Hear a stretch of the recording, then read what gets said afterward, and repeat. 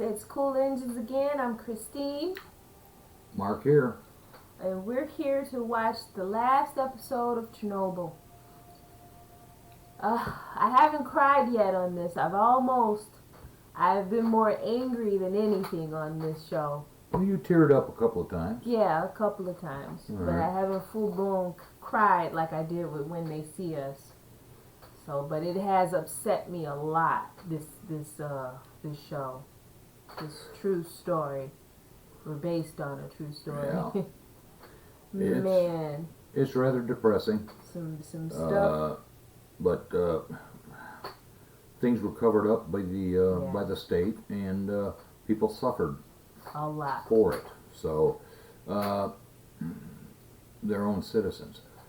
So we're gonna conclude this show with the final chapter. So hang on. Here we go.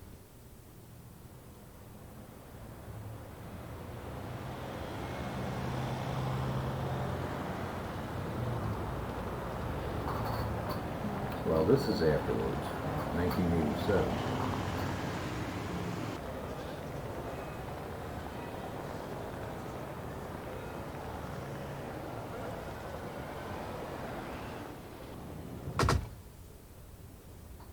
How do you feel?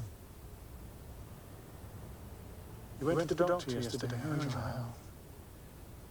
You don't know. Turns out you're quite good at this. At what? Lying. Statecraft we got ourselves. Statecraft.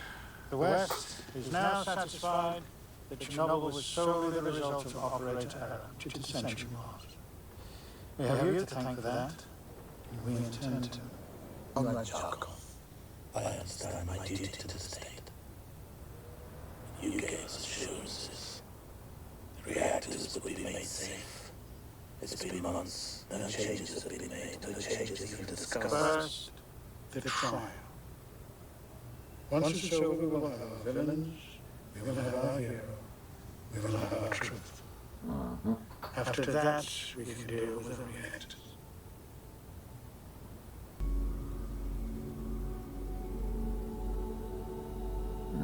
Losing air. When did it start? So, why are you here?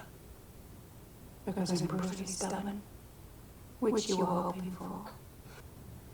The Central Committee have invited members of the scientific community to observe the trial.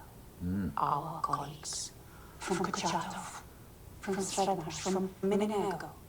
They will be sitting in the crowd listening to every word you say, a jury that only we know is there.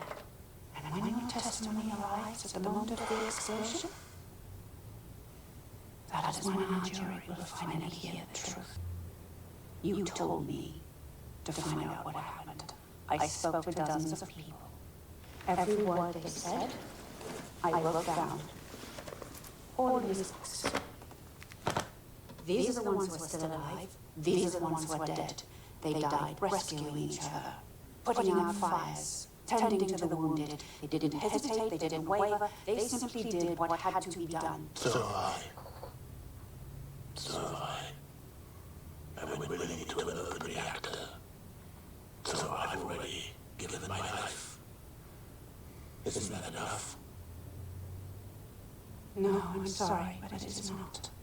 The Central Committee of the Communist Party of the Soviet Union and the Presidium of the Supreme Soviet of the USSR has determined that justice be carried out on behalf of the people. This session of court is now open. Comrade Judge Milan Kadnikov presiding. Indictments: Viktor Brokhanov, Anatoly Dyatlov, Nikolai Fomin are accused of violating Article 220, Section 2 of the Criminal Code of the Soviet Union, resulting in a nuclear disaster on April 26, 1986. It began with, of all things, a safety test. Why was there need for a safety test at all? Reactor number 4 was not new when the accident occurred.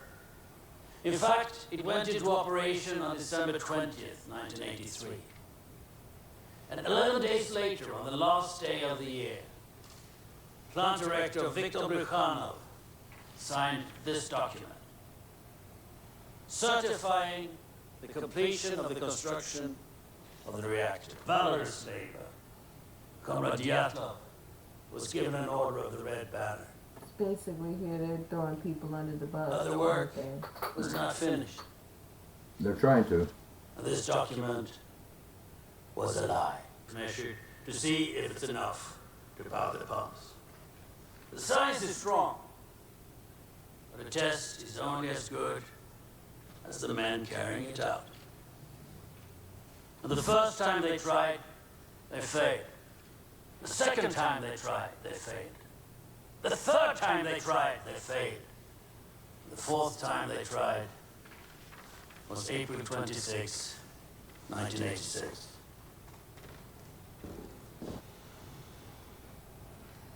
To understand what happened that night, we have to go back 10 hours earlier, April 25th, the day the test was meant to take place. By 2 in the afternoon, the reactor has been lowered by half from its normal output level of 3,200 megawatts to 1,600 megawatts and is stable and ready to be reduced to its final output level for the test.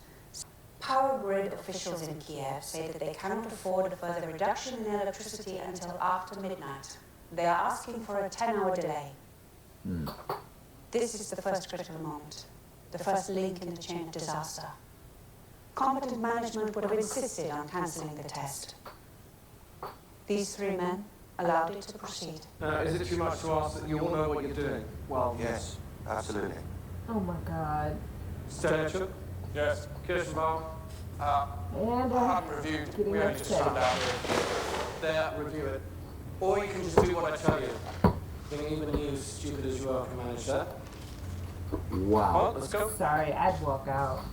You can kiss my ass. I'm not working for somebody like this, especially in a place like this. Shut the fuck up and do your job. This is exactly what was happening in the control room of Reactor 4. The night shift had not been trained to perform the experiment. They hadn't even been warned it was happening. Leonid Topchinov, the operator responsible for controlling and stabilizing the reactor that night, was all of 25 years old.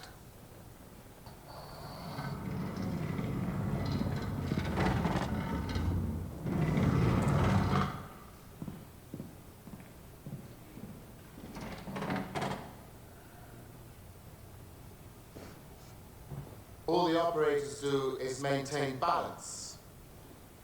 Fuel gets hotter, it gets less reactive. So, fuel increases reactivity.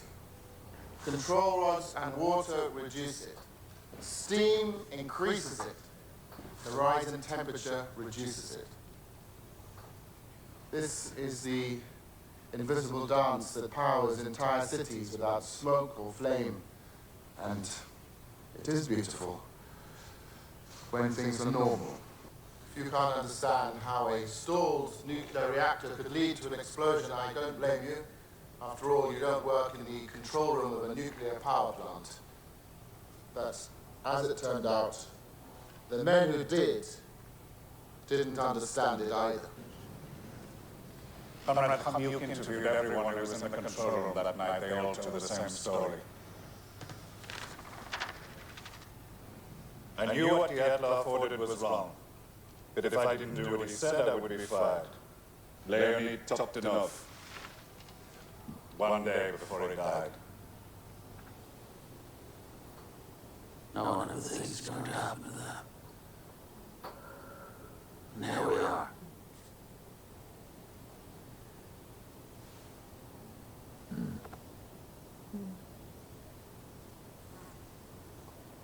Almost time. Maybe a year. I wasted it all for nothing. For nothing. Do you remember that morning when I first called you? How unconcerned I was. I don't believe much that comes out of the Kremlin, but when they told me they were putting me in charge of the cleanup, and they said it wasn't serious, I believed them. You know why? Because they put you in charge.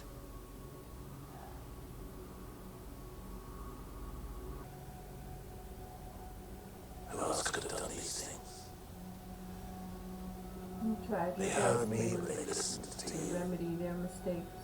Of all the ministers and all the deputies, the entire congregation of obedient fools, they mistakenly sent the one good man. God's sakes, Boris.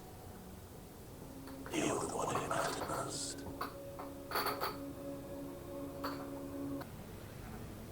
Comrade Picasso.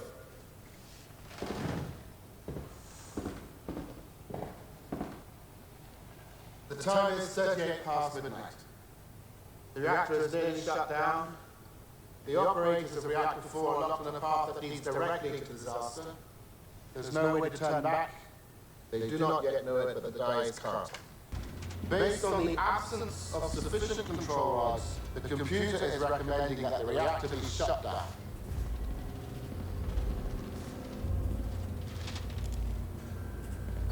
Well, of course it's saying that. It doesn't know we're running a test. All right, comrades. Fucking A few amazing. minutes, we'll all be over. The pumps stop moving water through the reactor.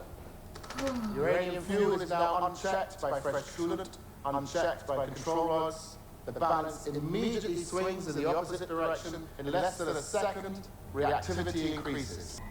There's nothing left to stop it. 1:23 and 35 seconds. We have a power surge, Sasha. You press AZ5, all of the control rods insert at once, and the reaction is stopped dead. But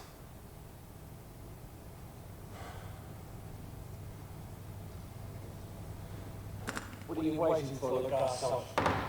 Tell your lies. Comrade Yatlov, you will not be warned again. Or what? God's sake, Comrade Lugasso's already given it away. He said Comrade Yatlov, no way to avoid what was coming. He knows something. Court will... I haven't finished. Still have more evidence to give. It's not necessary. Your testimony is concluded. Your Honor. Court is now adjourned. We will resume tomorrow. Comrade Sabina. Benefit.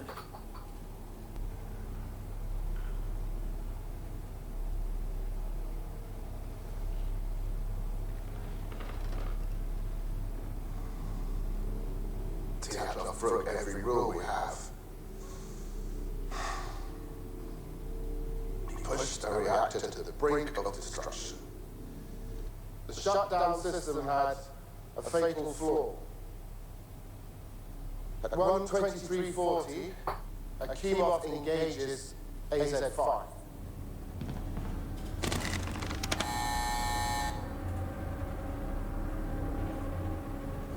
The fully withdrawn control rods begin moving back into the reactor. These rods are made of boron, which reduces reactivity, but not the tips. The tips are made of graphite, which accelerates reactivity. We are the only nation that builds water-cooled, graphite-moderated reactors with a positive void coefficient.